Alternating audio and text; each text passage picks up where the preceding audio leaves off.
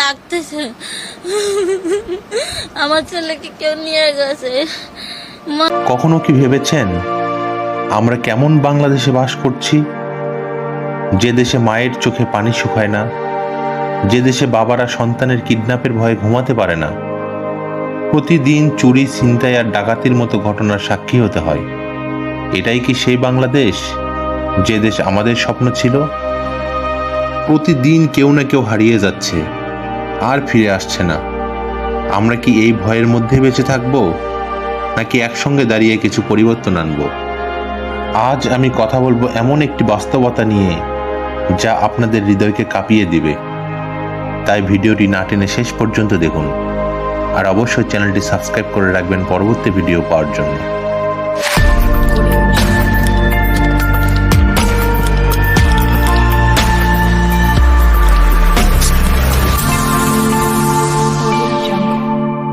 সিলেটে নিখোঁজের 7 দিন পর শিশু মুনতাহা আক্তার শিরিনের মরদেহ উদ্ধার হয়েছে। এই ঘটনায় এক বৃদ্ধাকে আটক করেছে পুলিশ। আমরা এমন একটি সময় পার করছি যেখানে প্রতিদিন খবরের পাতা খুললেই দেখছি খুন, গুম, চুরি, ডাকাতি কিংবা ছিনতাইয়ের মতো ঘটনা। আপনি কি নিজেকে এখন নিরাপদ বোধ করছেন? এই প্রশ্নের উত্তর অনেকের কাছেই এখন না। এই আতঙ্ক শুধু খবরের পাতায় নয়, প্রতিটি মানুষের জীবনে ছাপ রেখে যাচ্ছে। আমাদের চারপাশে প্রতিদিন ঘটছে এমন সব ঘটনা যা আমাদের স্বপ্নের বাংলাদেশের কাছে কেউ কখনো আশা করেনি।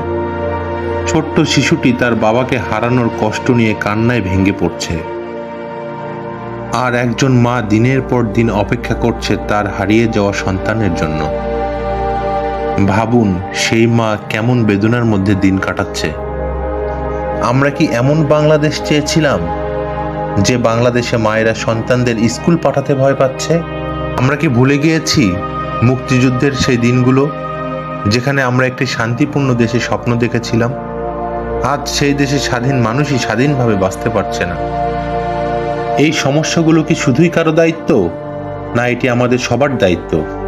আমাদের সমাজ, আমাদের সরকার, আমাদের আইন শৃঙ্খলা বাহিনী, সবাইকে একসঙ্গে কাজ করতে হবে। কিন্তু এই দায়িত্ব শুরু হতে হবে আমাদের নিজ নিজ জায়গা থেকে। আজকের এই ভিডিওর মাধ্যমে আপনাদের কাছে একটি আহ্বান জানাই। আসুন ভয়ের মাঝে নয়, সাহস নিয়ে বাঁচি। অপরাধের বিরুদ্ধে একসঙ্গে লড়াই করি। একটি সুন্দর ও নিরাপদ বাংলাদেশ গড়ি।